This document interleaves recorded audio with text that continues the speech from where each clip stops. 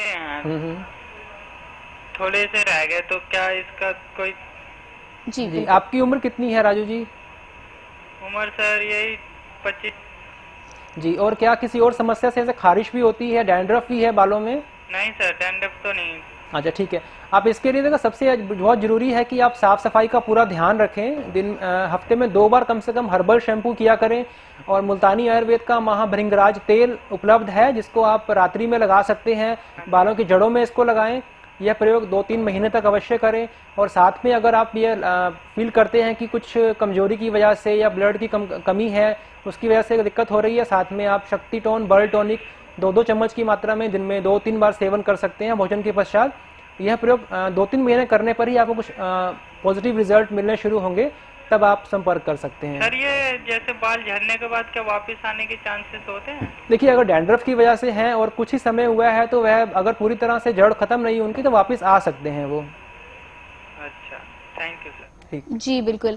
जी doctor साहब, आपसे चर्चा कर रहे थे और स्टेजेस तो पूरी हो गई थी, और स्टेजेस के बाद जानने पर ये पता लगा कि काफी घातक बीमारी हो सकती है माइग्रेन। यानी कि पहले हमें भ्रम होता था कि सिर्फ सर दर्द ही होता था, लेकिन अभी अभी आपने जो डिटेल बताई वो वाकई काफी जानकारी, अच्छी जानकारी है दर्शकों के लिए, ताकि वो भी पहले से सतर्क हो सकते हैं और उसका प्रॉपर उपाय कर सकते हैं। अब मैं आपसे ये जानना चाहूंगी कि जांच क्या क्या हो सकती है माइग्रेन? देखिए, एक जो कुशल चिकित्सक है, डॉक्टर है, वो अपने रोगी की हिस्ट्री लेकर और उसके लक्षणों को सुनकर ही बता सकता है कि वह व्यक्ति माइग्रेन से पीड़ित है या नहीं है।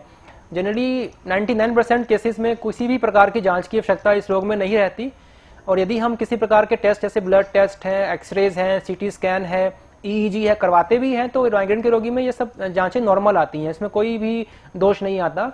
लेकिन कुछ अगर डॉक्टर को लगता है कि कुछ और गंभीर व्याधि के कारण यह सिम्टम हो सकता है जो कंफ्यूजन कर रहा है, तो फिर हम रोगी को x-rays, blood test, EEG, CT scan advice कर सकते हैं, पर जनरली इसका जरूरत नहीं पड़ती प्रैक्टिस में। जी बिल्कुल, तो जनरली सिम्टम्स के जरिए ही पता लगाते हैं कि माइग्रेन है, और उसी के द्वारा उपचार भी आगे किया जाता है। अब मैं आपसे जानना चाहूंगी कि बचाव क्या क्या हो सकते हैं माइग्रेन से? ये सबसे उपयोगी जो मैटर है वो बचाव का ही है इस रोग में। बचाव के लिए सबसे अधिक जरूरी है कि हम अपने आहार विहार को पूरा कंट्रोल रखें। कुछ ऐसे आहार, जैसे पहले वर्णन किया गया, कैफीन युक्त हैं, खट्टे फल हैं, उनका सेवन नहीं किया करें। हल्का और सुपाच्य, जल्दी पचने वाला ही आहार हम सेवन करें।